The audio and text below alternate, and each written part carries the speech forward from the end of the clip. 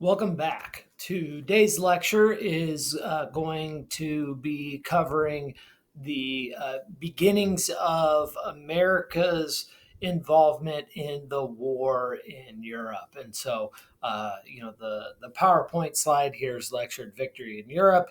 That's actually going to cover several different lectures. But it's really going to start to begin with America's fight in Europe and the mainland invasion of continental Europe. And so at this point, the Americans have fought through Africa. We've invaded and conquered Sicily. The Italian campaign is going on, and we're having success in Italy. We haven't captured all of Italy yet, but the American troops there, including the Tuskegee Airmen, are having some real serious success. We've started the bombing campaign of Germany, which is softening up the infrastructure that that we need to be able to actually invade continental Europe. And so we're at the point now where Joseph Stalin can finally get his major second front. I say major second front because technically there are two fronts. There's the Eastern Front in the Soviet Union, and then there's the fighting in Italy. But that the Italian front isn't the major distraction that Stalin wants. And so, it becomes pretty clear to Hitler by this point that there's going to be a mainland invasion. America's in the war. You can't hide the American buildup in Great Britain.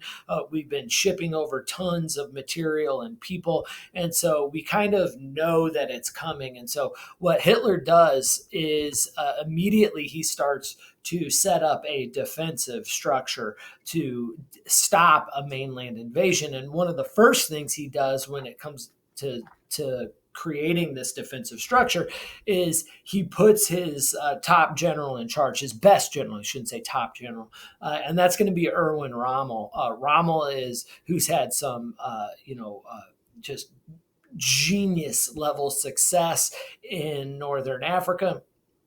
He's pulled out of there and is tasked to defend the coast of Europe. And so when you take a look at this map here, all that area in blue is area that the Nazis control, right? I mean, so they control most of Europe with some exceptions for neutral countries. And so there is a massive amount of coastline here that has to be defended. And so it's a Herculean task. That's 3,000 miles of coast. And so, the British and the Americans that are, on the island of England right over there, they can really put their soldiers, on ships and land anywhere along that coast.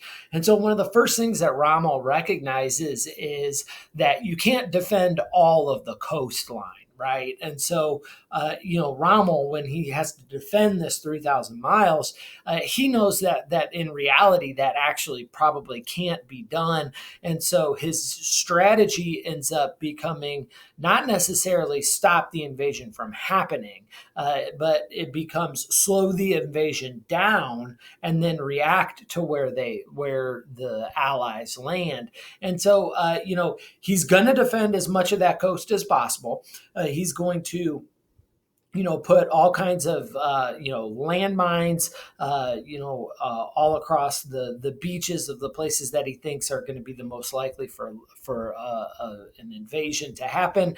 He's going to station his troops and, all across the place. He's going to take, fields that could potentially land aircraft on them, and he's going to flood those fields. He's going to put in, anti-ship mines out in the ocean and on the beaches, cover, cover as much of that territory as he can with artillery, but there's just not enough people and supplies to cover everywhere. And so, the places that are most likely to be invaded are going to have the strongest defense. So places like Pas de Calais in France, which is, I think, Hitler's, I Hitler believes that Pas de Calais is probably the most likely place to get attacked. If you're looking at the map here, Calais is located on the French side of the English Channel, and it's at the narrowest part of the English Channel. So take a look at the map there. Hitler believes that is probably the easiest place to invade, and so places like that will be defended more than places in Norway, which won't have much defense at all. But so he's got to come up with an idea to handle this. And one of the things that he does that Rommel does that's actually genius to defend against an invasion is also going to lead to its demise, because even though the idea is genius, the execution ends up being flawed, and that ends up being Hitler's fault. What Rommel decides to do is he wants to defend the coast with artillery and landmines and barbed wire and sinking fields underwater and doing all that kind of stuff. And he does all that, but that's not meant to stop the invasion. It's just meant to slow it down. And then he's going to position troops further inland. And he's going to mass them in huge numbers instead of spreading them thin and having a few people, per mile across that 3,000-mile stretch. He's going to make gigantic armies and put them, spread out further back from the coastline. And then when the invasion happens, Rommel's idea is going to be to then take those troops that are already put together in large numbers and have those troops then go attack the invading force that's dealing with the landmines and stuff and being slowed down by that. That's actually a really good idea. The problem is that when Hitler agrees to that idea, he wants to have control over when those troops get sent to respond to an invasion. And so, the idea was that Rommel is the one that decides where to send the troops. And if he gets to decide, then he's going to be able to react relatively quickly to an invasion. But because Hitler overrides him and says, no, the command has to be given from me, that means Rommel's got to call his superior. His superior has to then, make an appointment to see Hitler, which is not necessarily the easiest thing to do. Then Hitler and his military advisors have to discuss it. Then once they discuss it, they've got to, contact Rommel. Then Rommel can release the troops. Well, that can take, a day, 2 days. And because of that, Rommel's plan's not going to be as effective as it should have been. It really makes the plan, actually counterproductive in a lot of ways. And so, the Allies are going to get lucky that Hitler believes in the myth of his infallibility and is going to be taking too much of a role here. I mean, good thing for the modern world that Hitler is getting this cocky. So Rommel's in charge. He's putting up all kinds of defenses along the beach to slow down an invasion as much as possible. And trying to make it to where ships aren't able to easily dock on the beaches, and so that means that they're going to have to take smaller vessels to unload onto the beaches. Again, slows them down, makes them vulnerable to artillery and small arms fire. And all of that is designed not to stop, right, but to slow down any kind of potential invasion. Now, the troops on the Western Front here that are supposed to stop this invasion are the second-tier German troops. right? So Rommel is not just given 3,000 miles of territory to defend, but he's also given the least experienced, least well trained troops that Germany has to offer, because all the best troops are in the east fighting Stalin. There'll be one exception to that. There's actually more than one exception, but there's going to be one major exception to that. And we'll talk about that a little bit later when we talk about what's going on in Normandy. And so all of these defenses are built up to stop an invasion that they know is coming. And that invasion will end up being the largest land, sea, air operation in the history of mankind. It's the D-Day invasion. And so the D-Day invasion, it's the Allied invasion of France. Now, Hitler is convinced that that invasion is going to be at Pas de Calais, and because it's just logistically easier, it's a shorter trip. But Dwight D. Eisenhower has been put in charge of the invasion. And so Eisenhower has to come up with a plan. He doesn't want to go with the obvious thing. And so he will ultimately end up settling on an invasion of an area of France known as Normandy. Now, these beaches, they don't have like these deep water ports that are as usable, but he's going to come up with a plan to try to overcome that. And so this is operation becomes known as Operation Overlord, I think, which is one of the coolest military operation names ever, right? Operation Overlord.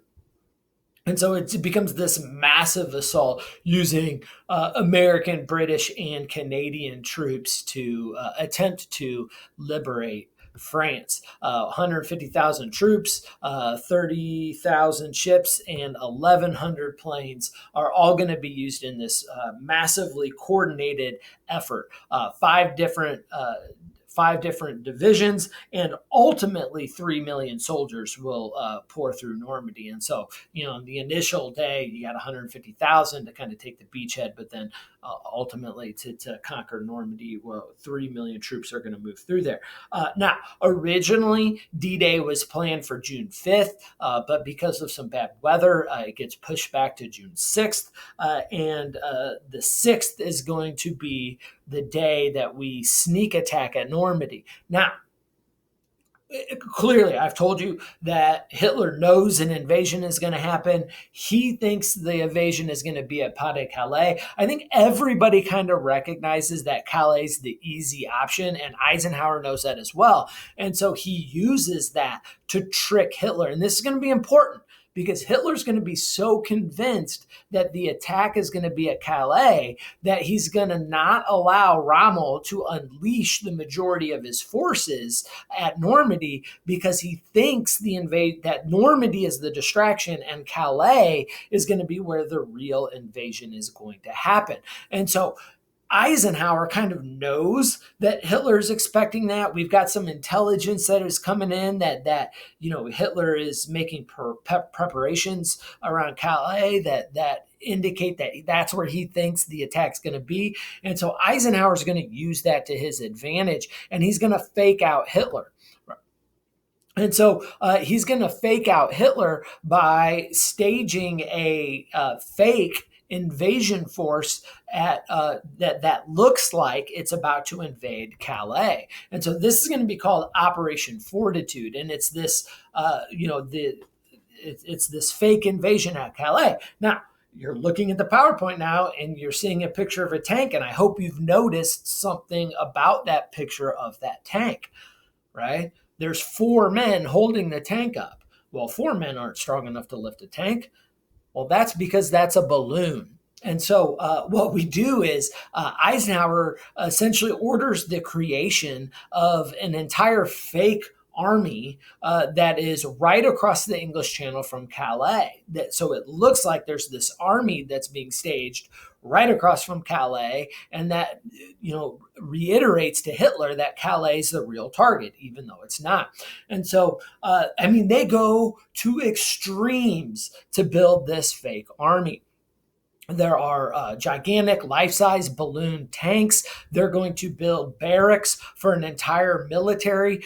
They're going to build runways, and then they're going to do things like paint planes onto the runway. Even like so when any kind of surveillance flies over or sees anything, that it looks like there's these airplanes that are ready to go. Now, they don't just build these balloon tanks, they actually have a couple of actual tanks that at night, what they do is they drive the tanks through these empty fields to create tank tracks. So that way it looks like there's a bunch of actual tank movement there. So if anybody's spying on the region, it's like, oh, not only do they have a lot of stuff there, a lot of it's moving around, which makes it look like they're getting ready for action.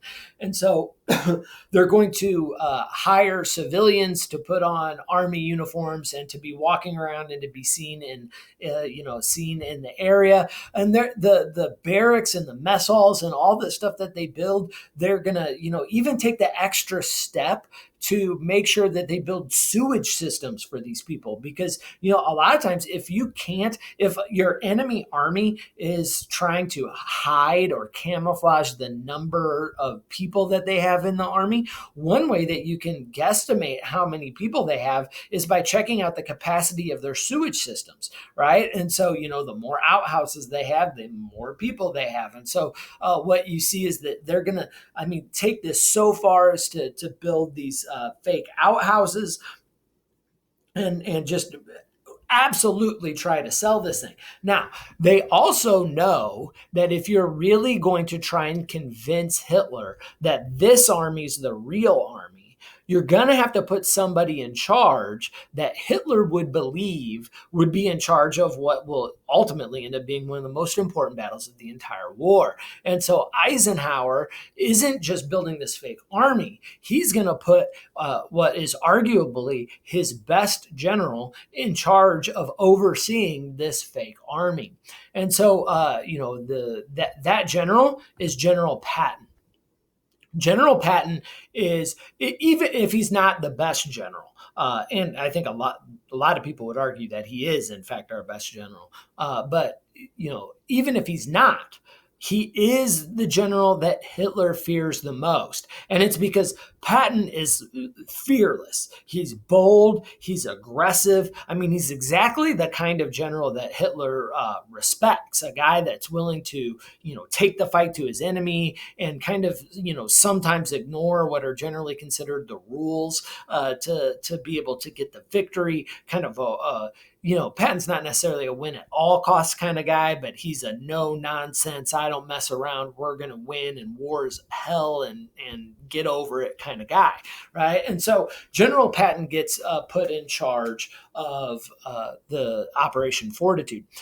This is a genius move by Eisenhower. It's genius for a number of reasons. One, you're putting the guy that Hitler is most afraid of in charge, and so that's really going to contribute to the ability to fake Hitler out. But the other thing is Eisenhower is in a real political bind. Patton just got in some real serious trouble. He's had massive success in Africa, right?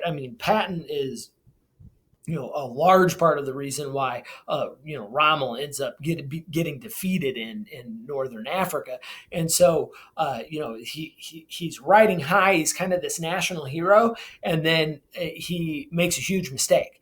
He goes to visit some of the soldiers that are wounded in the hospital, and he's going in and he's shaking their hands, and he's just being a good leader, right?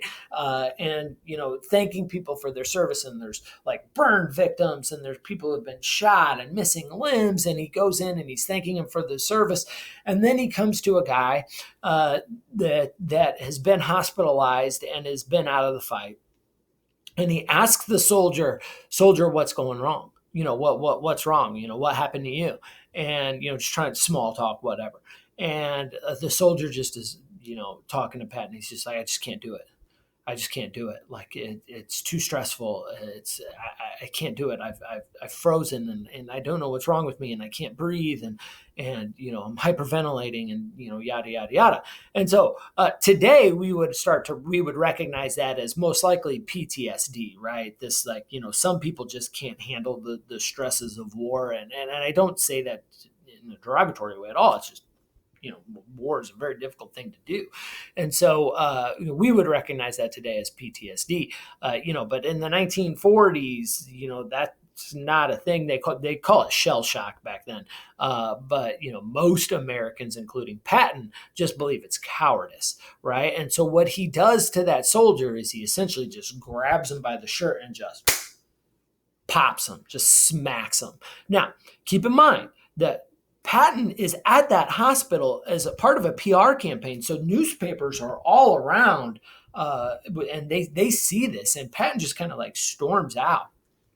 And as he's storming out, all of a sudden he hears, and he hears this soldier crying. And, he just got slapped by his commander that I'm sure he respects, by a guy that's considered a war hero, one of the most famous Americans around, and he's already mentally in a bad state. And Patton just turns around, walks back, and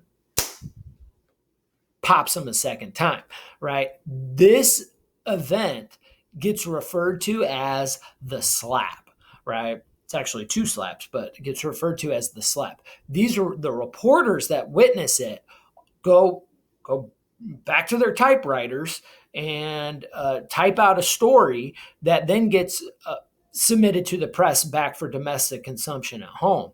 When that happens, the public really turns against Patton. All kinds of people are calling for Patton to be fired. Most people are pretty sympathetic to this soldier, and congressmen, senators are calling for him to be fired. Now, Eisenhower knows he can't fire Patton. This guy's a winner, and we're fighting a war and people are dying. And if you want to stop people from dying, we got to have winners out there winning. And so Eisenhower knows he can't fire Patton. But he also knows politically that if he's going to be able to get the support he needs from the politicians back at home, he's got to do something about Patton.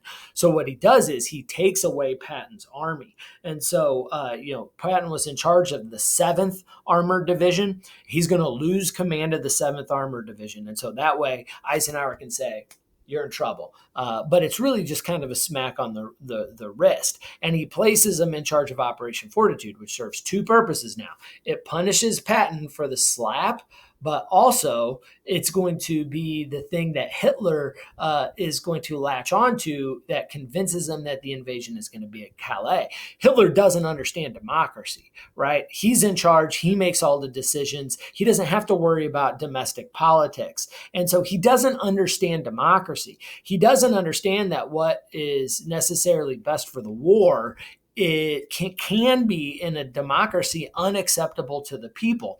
And so when he sees that Patton is put in charge of the army across from Calais, and that the American press is saying that that's because he got in trouble for this slap, Hitler says, that's insane. Why would you ever do that? That can't be possible. He thinks that the American press reporting is what the real fake is. And so it's Hitler's inability to understand a free press and Hitler's inability to understand democracy that leads him to believe that Patton is really being put in charge of the force getting ready to invade Calais. And so, genius move on Eisenhower's behalf, and a move that I don't think a lot of people give him enough credit for. I think, it's a real significant thing. And so all of this stuff works. Right before the actual invasion on June 6th, they'll even take airplanes and fly them across Calais and drop these gigantic like aluminum foil balls that are going to, they believe are going to convince radar that a whole bunch of airplanes, 1,000 airplanes are flying over the region. And so when the invasion does happen at Normandy, Hitler is going to withhold the forces that Rommel's going to need to stop the invasion, that the Germans are going to need to stop the invasion at Normandy, very specifically because he thinks that Normandy's the distraction and Calais is where the invasion is going to actually be. So when the invasion at Normandy happens, there's five beaches that are going to be attacked by British, American, and Canadian troops. Those beaches are all codenamed. They're codenamed Omaha, Utah, Sword, Juno, and Gold. And so the two American beaches are going to be Omaha and Utah. Now, most of these beaches we're going to be able to take with kind of limited resistance. And so, the attack, there's going to be an air attack to kind of soften up the Luftwaffe and the artillery. And so there's going to be a bombing campaign to soften up the German defenses. The 82nd and 101st Airborne are going to be dropped off behind enemy lines and are going to be asked to take out some of the artillery that are off of the beaches but are bombing the beaches or sending shells onto the beaches. The sixth is a really windy day, and so a lot of these gliders. What you're seeing here is a glider that gets used, and then some of the airplanes that are dropping off these all of these soldiers. The wind picks up so bad that very few of these people actually land where they're supposed to land, and so it's going to be very difficult for a lot of these guys to actually get to the artillery they're supposed to get to take it out, and so that's going to lead to more casualties actually on the beachhead than what the Allies were hoping for. Another thing that Rommel did during the Atlantic Wall is because he expected this kind of behind enemy lines attack. They're going to, and this is actually really genius on Rommel's end. They're going to take the street signs in the French countryside and they're going to pick them up and then turn them.